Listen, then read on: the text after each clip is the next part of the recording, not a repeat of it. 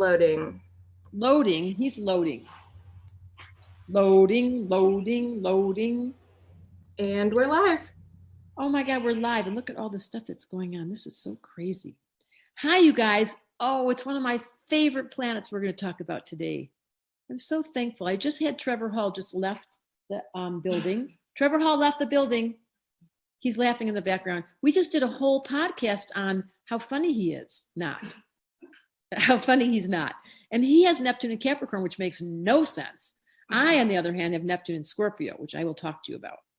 So, Carrie, if you could get the list of what years Neptune was in what sign, that would be a wonderful thing we should have available to us before this podcast is over. Okay. Facebook Live. So let's first describe Neptune. Neptune is the 9th planet out. It is on to what we call the transpersonal planets. The personal planets are the Sun, Moon, Mercury, Venus, and Mars. Then we get to Jupiter, who begins, Jupiter's visible to the human eye, so we still consider it a personal planet, although it takes a whole year for it to leave a sign. The personal planets, the close ones in, they move very quickly. Like the sun moves a degree every day. The moon moves 15 degrees every day. It moves very, very quick. Mercury moves very quick.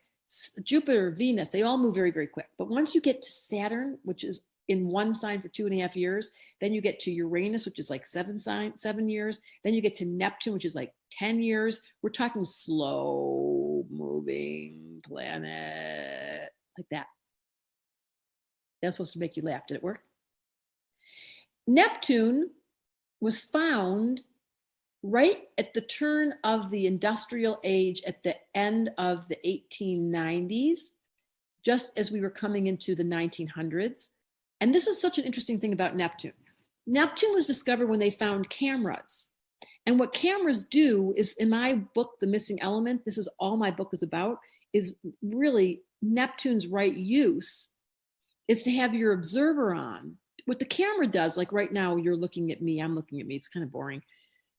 Neptune is the visuals that are outside of yourself. Like the camera made life real because we suddenly realized that, wow, we could see someone in a photograph from 1910, how they're dressed. Like it made that part of a fantasy because the history has no reality. There is no memory except the constructed memory of your mind that isn't telling the truth. So Neptune is illusions. But when cameras came in, they solidified what was to be a memory as a concrete absolute truth.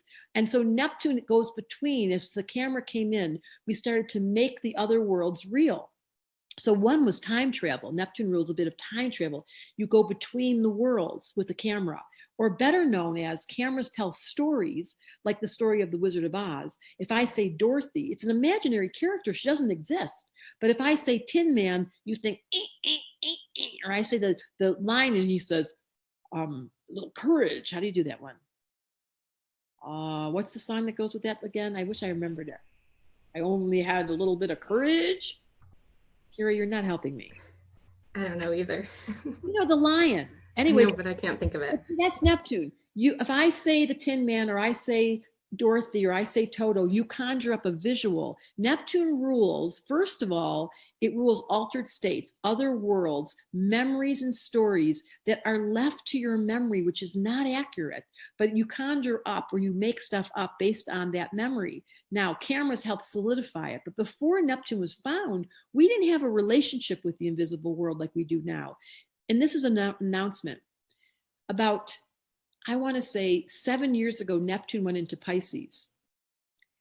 This was the first time where Neptune's in its natural sign. So for me to sit on a computer like this and talk about Neptune when Neptune's in its natural sign, Neptune has become the flavor of Neptune. Write it down. Illusions, dreams, fantasies, other worlds, drugs, alcohol, idealism, mysticism. That used to be left as a secret code that you had to be the Essenes, or you had to be like in Ireland working with the Druids, or underneath the system in a hiding spot where the witches wouldn't get caught, because Neptune was completely unacceptable to our world. In the last 7 years or so, Neptune entered Pisces, and now we believe in mediums. It's on the New York Medium. We believe in fantasies that are movies that we see. We believe in the idea that spaceships have landed. We believe that angels are here. There's more Americans that statistically believe in angels. So Neptune entered its natural sign of Pisces for the first time in hundreds of years on our planet during our era. And we have now opened the door to believing in woo-woo. So back to Neptune. It not only does it rule magical, mystical tool, it rules astrology in the name of planets. Like Neptune rules the sign Pisces. And some of you may know this, a beginner may not know this, but every single sign has a planet that rules it. And that planet is very comfortable when it's in its natural sign. So for example, Neptune rules Pisces. So all these babies being born right now from the last 7 years, I think it's probably a little less than that. Carrie, you can tell me, when did Neptune enter Pisces? But there's now an acceptability that the kids that are coming in now who are born with this influence are going to believe in fairies. They're going to believe in magic. They're going to believe in chakras. Like, we can't see a chakra. We talk about this woo-woo stuff now like it's normal. That's been ever since Neptune entered Pisces. So it's in its natural placement right now. And what we're going to look at today is you go look in your own chart of where is Neptune in your chart, and you'll find out where you have some illusions, where you have some fantasies, where you have hypersensitivity. Carrie, do you know when Neptune was in Pisces, when it started? April 2011. Was I right or was I right? It's been 7 years. Is that what I said? Did I say 7 years or 10 years? Anyways, so April in 2011, Neptune entered Pisces, and it will stay there for another, I want to say, until 2025. Wow. So it's how many years? From 2011 to 25 is 14 years. That's amazing. So Neptune stayed in the same sign for 14 years. It's in Pisces. And all of you that are watching this who just love woo-woo, you're under the influence of Neptune. So Neptune also has an influence over altered states. Let's talk about Neptune now. Let's simplify it. We're talking about cameras, movies, stories, fantasies, imaginary worlds, unbelievable access to the other levels, dead people coming in, being able to believe in angels, that there's such a thing as guides. The mind goes crazy. My mind has had a really hard time with this because I'm a practical thinker. But I've now suspended my limited thought process because I've had so many direct experiences of my dead father following me around, high milked. He's around so much of the time that Neptune in Pisces in its natural placement is making me a believer. And so all of you out there, I'm here to tell you in no uncertain terms, Neptune is real. And it rules, ready? It rules ayahuasca, it rules alcohol, it rules drugs, it rules altered states, it rules the dream time. When we go to the other world of ayahuasca, where the grandmothers come in, when you go to the other world, when you're drinking too much and you're drunk and you're so feeling so much love, you're in the soft focus. Neptune rules anything that takes us out of the hard reality where we believe that only what you see is true and everything else is just irrelevant. No, Neptune says you don't have to see it to believe it. You can't see love. You can't see spirit. You can't see angels. You can't see dead people, but some of us know there's ghosts in the room. That's all Neptune related. So someone who has a strong Neptune in their chart, they walk into a house and they go, I don't have a good feeling. Or someone with strong Neptune will go, you know what, that color is making me sick. Like frequencies from colors, the wrong music. It just happened to me. I was skiing the other day. God, it was so strong. And I was in this big giant ski resort at a beautiful day, but my Neptune, because I wasn't feeling 100%, was feeling so much of like, there's music over there and there's a people over there. And there's not one single spot on that entire resort that had quiet calm, because there's these electrical things. Neptune hates the physical world as we know it. And yes, we're going to go through Neptune in each of your signs. You're all so ego-based. We all want to know, where's my Neptune? What house is my Neptune in? The moment you suspend your personal ego attachment to what your chart says, and you take it to the universal, you will enter into the real realm of astrology, because the ego is only small and little, the Neptune and where yours is. The Neptune that's influencing the whole planet in a mall, in an airport, at a ski resort, at a theater, that Neptunian influence for any of you with a strong Neptune, and you don't need to see your chart to answer this. If you get overwhelmed by numbers of people, by too much sound, by the feelings of other people, by the feelings of the collective, by the smells, by the colors, by the textures, if all that stuff begins to make you go like this, if you cry easily, I'm thinking of you, Carrie, your moon in Pisces, people that get caught in the emotional realm where they can't find boundaries. This is the universal conversation about Neptune. So before I go into the question about Neptune as a personal planet, let's talk about it as a universal. If you're someone who absorbs energetics, see, Neptune rules Pisces, and Pisces has no boundaries. It's like they feel things, it's impermeable. No, it's permeable. That's what it is. Think about fish. Neptune rules fish. So you're swimming through the ocean, you never have a map. You're completely moving in a school with these other fish. You don't know how. It's not verbal. It's not with a direction. It's not with a map.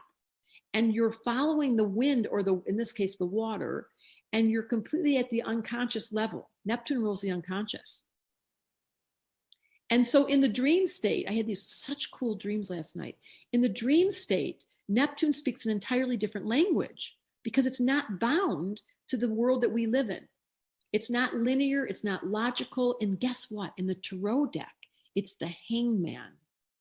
So I was in yoga today, standing on my head, thinking about Neptune. And I thought, you know what's so cool about Neptune is it completely changes your point of view. When you're upside down, like when you brush your hair upside down, or when you do yoga and you stand, or when you're a gymnast and you do backflip, it's so healthy for you to rearrange. This is the card, the hangman. Let go, let God, you're not in control, surrender. So that was my little rift. And yes, we will go through the houses, Brittany. What is Neptune doing right now? Neptune is in Pisces. I think it's at about 11 degrees. Carrie will help me with that. It is halfway through because we just discovered 2025 is when it's done, and entered in 2012. So we're about halfway through. It has to do with Neptune at 12 degrees. If you have, is that true? Carrie, is it 12 degrees today? 11. So it's 11 to 12. In 1 year, it only moves between 3 to 4 degrees. It's very slow. Sometimes it'll go backwards and forwards. So if you're someone, this is how you can look at your own chart for you beginners. You go to astro.com and you click on the top left corner. It says free horoscopes. And then you scroll down to the very first left-hand corner choice, and it says chart drawing. You click that and you put your birth date, time, and place in there. Then up comes your chart. And you'll see in the little box with English, your Neptune will be at, let's say your Neptune was at, when you were born, it was at 0 degrees of Sagittarius. Well, it's not relevant at this moment. But let's say you saw your sun was at 11 degrees of Pisces. When you were born, the sun was 11 degrees of Pisces. Well, that means today, the Neptune in the heavens is at the exact degree that your sun was at. This is advanced. This is level 2 in our school. But if you want to learn about where is Neptune positioned, that was the question I was addressing. Where exactly is Neptune doing right now? It's in Pisces. And it's inviting all of us to have faith and believe in the invisible and know that there's angels and there's dark forces. Don't neglect that side. If you want to know about Neptune, you think about marijuana. When Neptune entered Pisces in 2012, and now here we are at 11 degrees in 2018 almost, the whole world started smoking pot legally. That was Neptune and pot, because Neptune rules pot and Pisces rules pot. So when Neptune went into its natural placement, we began to value that herb as a gifted contributor. However, it can get extremely indulgent, and it's the alternate doorway with alcohol and with pot. Anything to do with everything from peyote to mescaline to Quaaludes, to any drug, to Valium, to Vicodin. I can say all these names now. We have an epidemic on the planet right now that has to do with these narcotics because we all want to escape to Neptune. Well, I'm here to tell you, no. You come study astrology, recommit to being alive. Fall in love with being alive again. Find out where Neptune is tricking you, because it's a trickster. Think of the hangman. You're upside down. It's a spiritual practice to stand on your head or to do handstands, because it gives you an entirely, all the blood rushes to your head. I think half of why I've stayed young this life is because I do handstands almost every single day. When I'm in Boulder, I do handstands every single day. And I let all the blood go to my head. It'd be worth all of you to even just, going over into, what's that pose called? When you hang over? Forward fold. Forward fold, your mom would know that, Carrie. When you go into forward fold, just letting the blood rush to your head and staying there, that's Neptune. You're altering your reality. You're rebooting. You're changing your perspective. That's what alcohol does. In all of the work of Carlos Castaneda, he encouraged people to use alcohol or drugs because it changes your point of view. And then when you come back, it's like having a holiday. Now, people get indulgent and they don't have an off button, and Neptune takes them out, and they're no value at all to this world. A bad case of Neptune is someone who's just like making up. I had a client yesterday. I hope she's watching. She had Neptune conjunct Venus. So her love story was she was gay and she just had fallen in love over the last year with a woman, and they moved states. And now they were in a new state, and she realized that the woman totally one day called her and said, "I'm leaving, you were done." And when she left, she realized, oh my God, in her reality, in her imaginary world, the woman has Neptune on her Venus. She had this relationship idealized, but it wasn't. There was no reality to her fantasy. And when reality came crashing in, she realized it was all just a pretense. And it gave this woman the spiritual opportunity to go back in and re-examine what was the definition of relationship. Is my partner really there for me? Do we really have a practical day-to-day life together? Are we really genuinely on the same page? No, none of those things were true. She was carrying all of it in her fantasy world. And when reality showed up, the woman was like, yeah, she overheard her on the phone saying, I'm breaking up with this woman because when she was young, it was something like she didn't go to the prom in high school and she won't talk about it because she's so secretive. It was like the craziest story. I really had compassion when I saw, boy, you have a bad case of Neptune. But the good news is she woke up. So Neptune rules disillusionment. That's one of the words that you'll learn about Neptune. It's where you believed in God and you went to church when you were a kid and you really thought that Jesus walked on water. And then one day you realize Jesus can't walk on water. And no, there's no such thing as an immaculate birth. And how the hell does somebody get enlightened because they drank that much wine? That was Neptune. By the way, Jesus was a Neptunian. He was a Pisces, so they say. I mean, that's my theory. He was born in March, not Christmas. But all those fishermen with Pisces, that's Pisces. So if you're interested in learning astrology, you have a fascination with Neptune because you're open-minded enough to believe in other worlds. But if you're taunted or you've been discolored, you've been disillusioned, maybe it's your friend doesn't believe in astrology because their Neptune's like, don't believe in that shit. You can't believe that there's angels around. All they want is your money. I love when they say that. No, in our school, we put in starting, you guys must know this, that in January, the school doors open. The launch date begins January 24th. And any of you interested in studying the stars, Galileo was a lot of Neptune. He had a lot of planets in Pisces, and he spent his whole life lying down looking up. I just told Trevor Hall to write an album called Looking Up. But that was such a great idea. Like, you have to look up and realize that everything is evolving, and that Neptune tells us that this life is an illusion, and that what you think is true is not true, and what you think isn't true is true. And you must rearrange and stand on your head and see the world again, all over again. So let's do this right now, live time. Whatever you're suffering from, whether it's your family or whether it's your income or whether it's you're lonely or whether it's you're overweight or whether you're feeling like your dog's not well, and all those sufferings, and they're all real, can get shifted when you stand on your head. That's why people go and have drinks when they're so stressed. Like, let me have a drink. I need to get out of this space. Or they want to go get high because they're like, I need a timeout.